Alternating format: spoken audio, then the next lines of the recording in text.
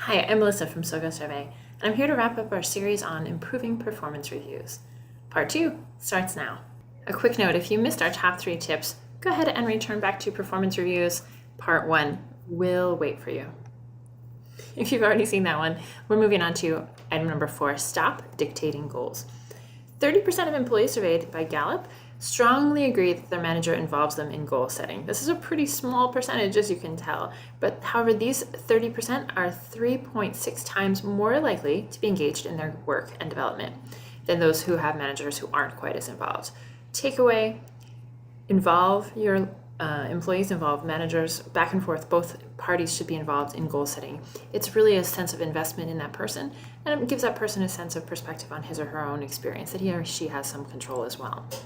Those mutual goals set professionally, both personal and professional too. That's something that maybe comes up in these conversations, how you balance all of these kinds of things. But goal setting can't be done in a realistic way, in a really appropriate way, without input from both sides. We know that we want people to feel valued, that their opinions are appreciated, because they are. And we want to make sure those goals are realistic and attainable.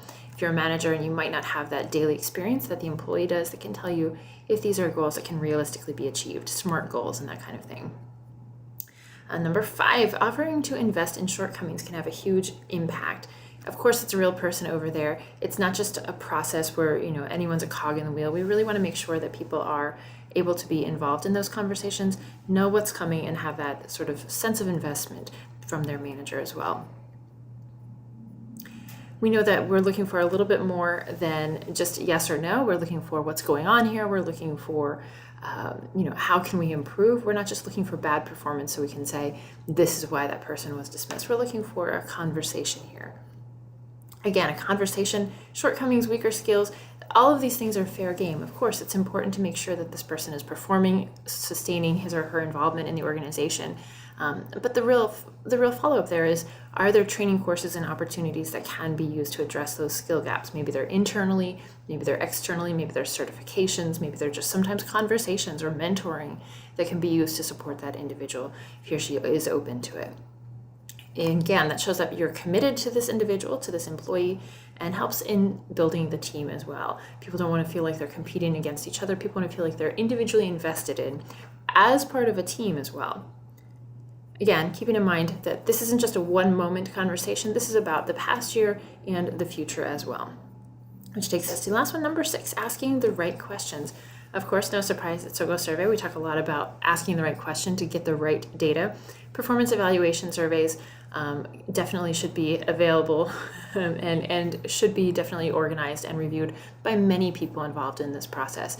You want to make sure that those managers who receive this feedback or are completing this feedback are able to provide actionable results. So there's something that can be done. Instead of just ticking all those boxes, there's something as sort of an action item when this process is done. We know that continuous feedback is really important, and we know that it only makes a difference if it's the right kind of questions, so you have the right kind of feedback. It's important, for employees to be able to give their own feedback, ask their own questions, save some time, give some private space here for that person's, of course, dignity and privacy as well.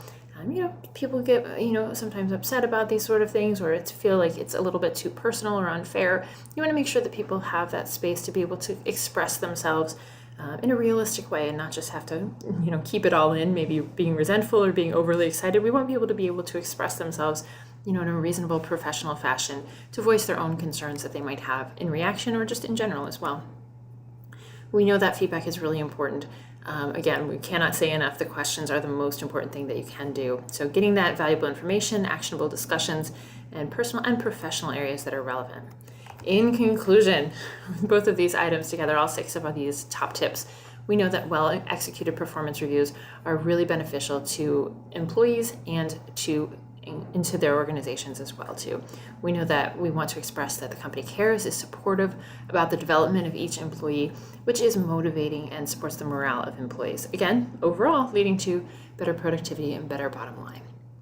We know that 50%, or maybe you don't know, 50% of employees say their leader rarely or never takes an active role in helping them grow and develop. That's just half. So we know there are a lot of people who are not at all involved. And so it's not a coincidence probably that in the US there's a very high percentage, a 17-year high in terms of the proportion of workers leaving their jobs voluntarily. If you have some thoughts on this, either part 1 or part 2, feel free to read our entire blogs for each of these and share your thoughts with us on social media or just replying directly here. Thanks so much for joining us. We look forward to seeing you again soon. In the meantime, connect with us on social media at SoGoSurvey or visit our website, SoGoSurvey.com. See you next time.